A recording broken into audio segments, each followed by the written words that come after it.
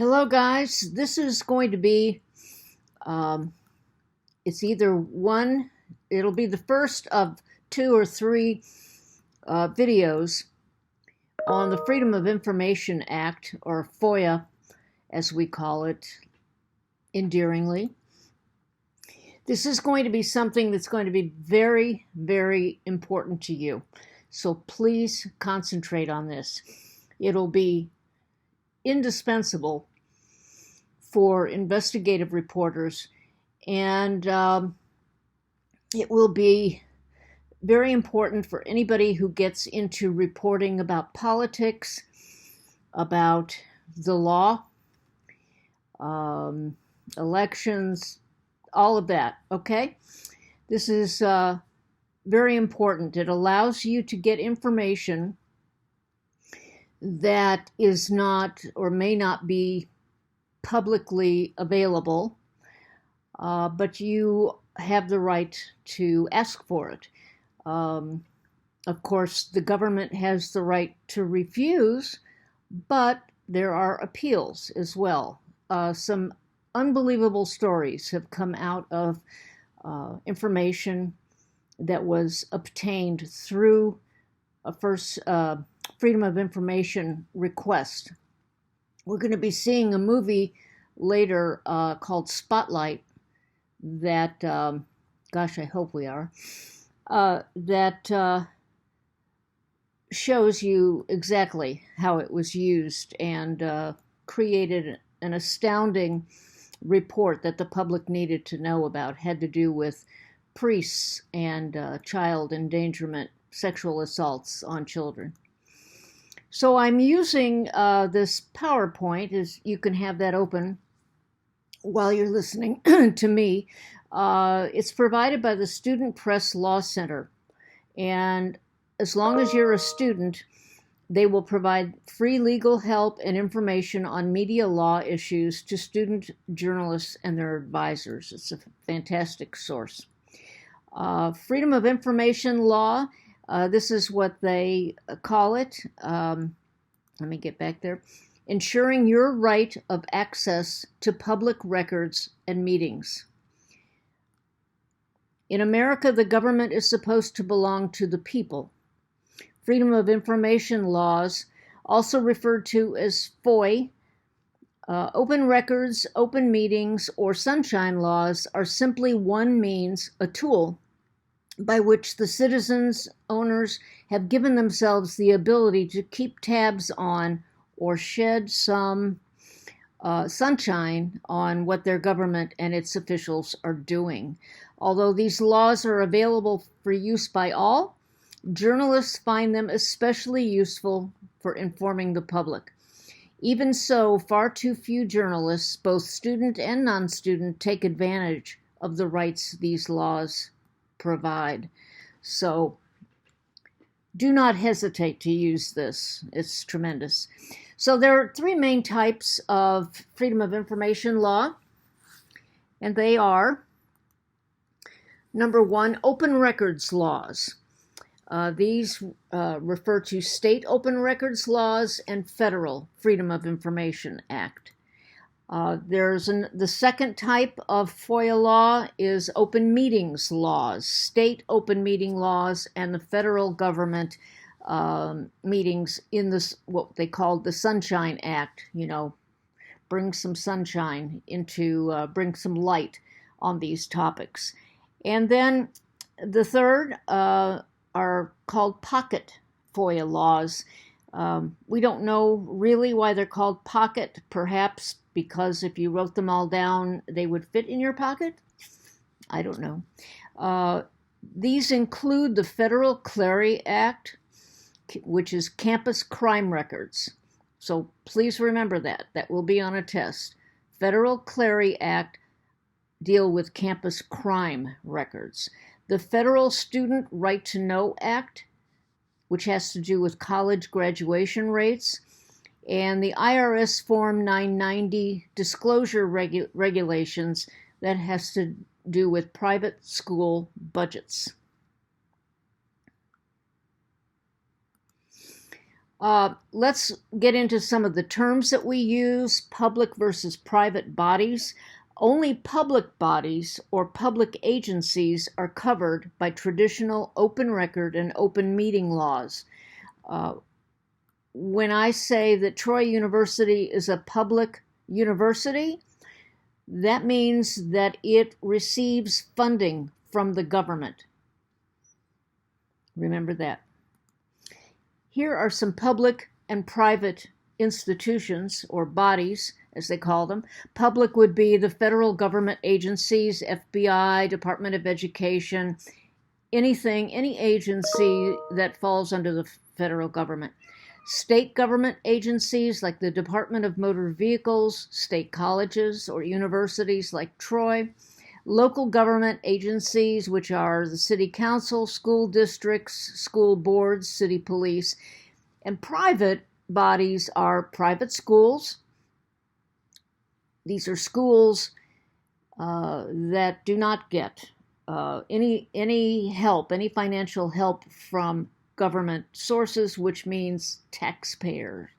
Companies like McDonald's, Old Navy, you don't have a right to get into their business. Private individuals, most nonprofit organizations like churches and private charities.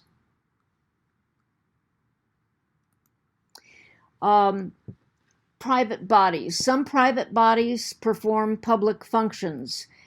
This is where it gets a little confusing and may be covered by FOIA laws. For example, charter schools, private campus police, etc.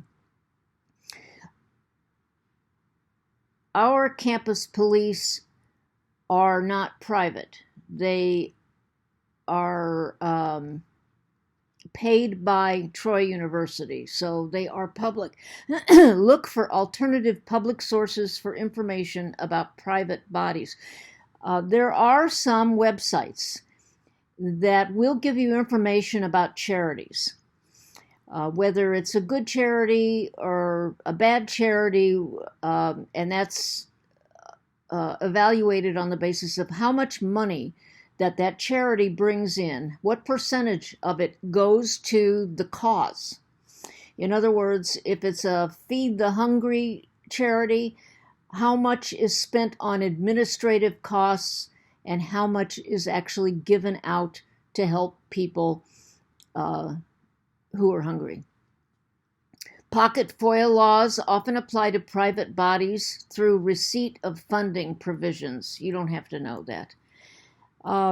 Here are some more public, private, state, federal, that sort of thing. State laws are used to obtain access to records or meetings of state, county, or local government agencies or public bodies. For example, city, campus police, school district, health department, etc. You can see on here we've got Durham City Council, Hazelwood School District. We'll hear about that later in a case that involves the Hazelwood School District. University of Wisconsin Police, University of Alabama, University of Alaska, Anchorage. I thought, I don't think University of Alabama has any campuses in Anchorage. Okay, moving on to slide 12. My cat is making noises. What's the matter? Federal laws are used to obtain access to federal government agency records or meetings. For example, the Environmental Protection Agency, the FBI, the U.S. Department of Education. You can get many, many documents from these organizations.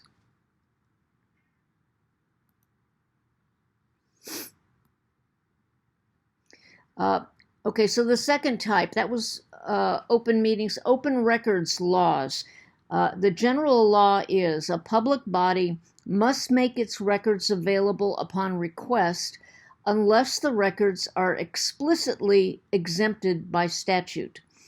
So you usually have access to a great deal, a large percentage of a public body's documents or records.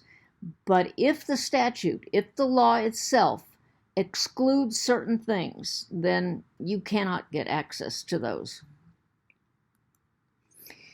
Common exemptions. These are things that you cannot gain access to, and they would be records involving an ongoing criminal investigation, disclosure of police techniques, undercover agent identities, information that could jeopardize national security. All of these make sense, okay? You can find out about the criminal investigation after it is over. Disclosure of police techniques, you can't get those. If you got those and you published them, then the bad guys would know what the police techniques are, and it would not turn out too well. More common exemptions, some personnel records like hiring, firing, and disciplinary records. Now, sometimes that applies to police officers, and I happen to feel that we are paying their salaries. We should know what the disciplinary records are of a particular police officer. If we see on video, like a lot of people now use their phones to record incidents.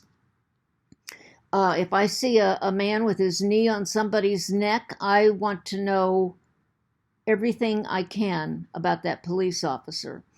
So that remains to be seen whether you would be able to obtain those records. Records regarding pending real estate deals or ongoing or contemplated legal proceedings. The reason you're locked out of pending real estate deals is that somebody could become involved in a real estate deal and affect the selling price. So once that gets going, you have no way to interfere with that business. Documents whose release would constitute an invasion of privacy, whether medical, adoption, or personal information. You wouldn't want anybody able to get a hold of your personal information.